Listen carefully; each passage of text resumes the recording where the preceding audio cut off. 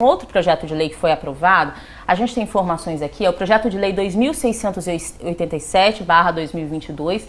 O que ele faz? Ele equipara pacientes que têm diabetes tipo 1, mellitus tipo 1, a pessoa com deficiência. Então eu vou trazer aqui algumas informações básicas sobre essa. Eu queria que o senhor explicasse pra gente o que isso vai trazer de mudança.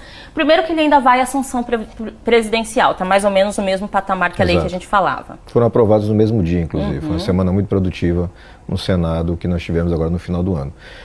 De fato, essa legislação ela busca o quê? É garantir para essas pessoas que têm a diabetes do tipo 1, e é bom entender, DMI é uma doença crônica, ela não tem cura, ela é congênita, ela é uma doença autoimune, então essas pessoas têm que fazer uso de medicamentos constantes pela vida toda. Muitas vezes começa na infância, né? Normalmente você vai descobrir ali na infância e adolescência.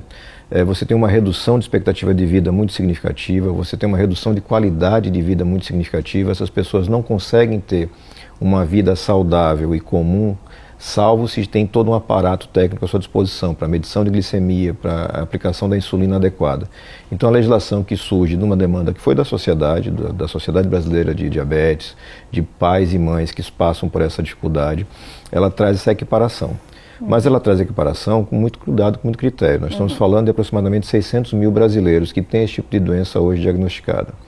Terão direito aos benefícios aqueles que passarem por um crivo biopsicossocial, que é o que a legislação que trata de pessoa com deficiência já traz. É isso que eu queria citar aqui, ó. Essa avaliação biopsicossocial, ela vai ser feita por uma equipe multidisciplinar e interdisciplinar. O que significa isso, senador? É você ter pessoas de várias esferas de conhecimento cuidando daquela pessoa para tentar responder uma pergunta que é básica para saber se você tem ou não os benefícios. Essa pessoa consegue interagir no meio, no trabalho, na escola, sem necessidade de algum benefício? E como é que a gente tem esse crivo muito claramente? Uma pessoa que tem uma boa condição financeira, em regra, ela já vai ter acesso a um medidor de qualidade, ela vai ter acesso à bomba de insulina, ela vai conseguir fazer o acompanhamento médico e ela não vai ter ou vai demorar muito a ter as intercorrências que a doença causa.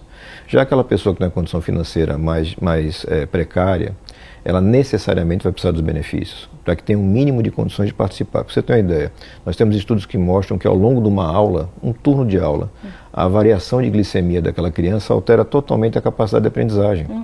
Então eu estou afetando o desenvolvimento daquela criança.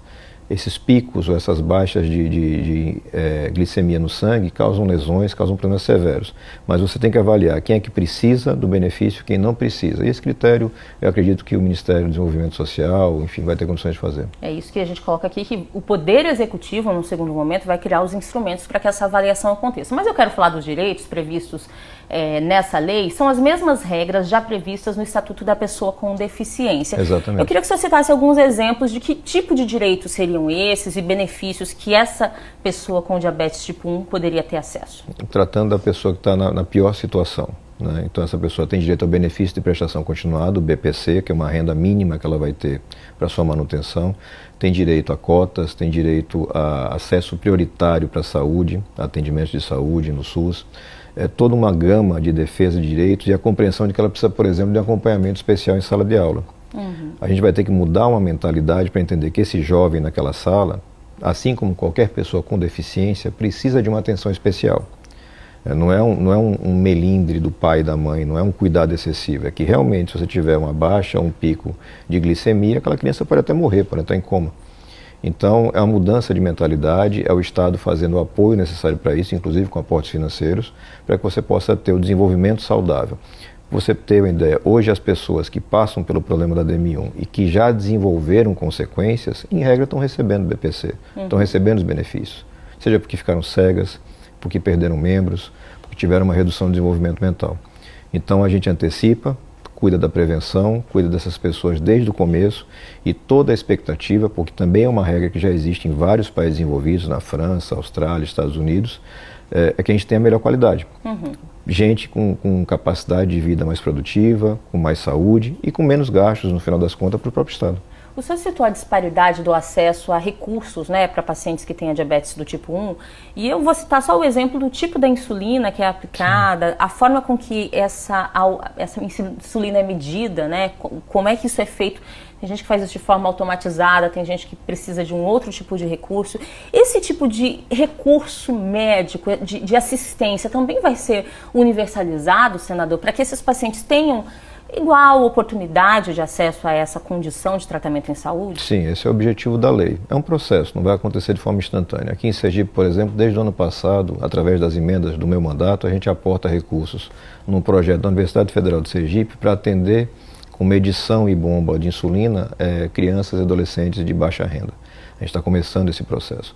Com a legislação aprovada, isso vai ser acelerado. Você vai ter a clareza para o Ministério da Educação, Ministério da Saúde, Desenvolvimento, que essa é uma regra, tem que ser cumprida, essas pessoas têm que ser mais protegidas.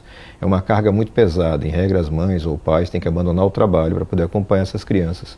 A gente recebeu, ao longo de conversas, de audiências públicas, pessoas que sinalizavam alteração de glicemia, só pela ansiedade de estar ali fazendo aquela conversa no Senado. Então, trazer isso para uma realidade para todo mundo não é um custo absurdo, a gente está falando de um custo por pessoa que vai estar na casa dos R$8 mil. O Brasil não é um país que tem falta de dinheiro. O Brasil tem falta de priorização de onde colocar o dinheiro que sai do nosso bolso. Não é o político que está dando, é imposto que você paga. E a gente tem que garantir que esse dinheiro do imposto vá para onde mais precisa. E se a gente coloca esse dinheiro para proteger esse tipo de pessoa, pessoas com deficiência, no caso específico DM1, certamente teremos um bom resultado como sociedade. Qual a expectativa da efetiva prática dessa legislação? Ela deve passar pela sanção presidencial, também não se espera que existam mudanças? Não vejo possibilidade de mudanças, pelo menos foi o compromisso do governo. Como é uma medida que tem algum impacto financeiro, a gente sempre tem uma disputa dentro do governo, você tem um lado do governo que está preocupado em fazer as contas e outro que quer atender as pessoas, dá para compatibilizar as duas coisas, os recursos não são gigantescos, a gente está falando de uma faixa pequena da população brasileira, mas com impacto muito grande.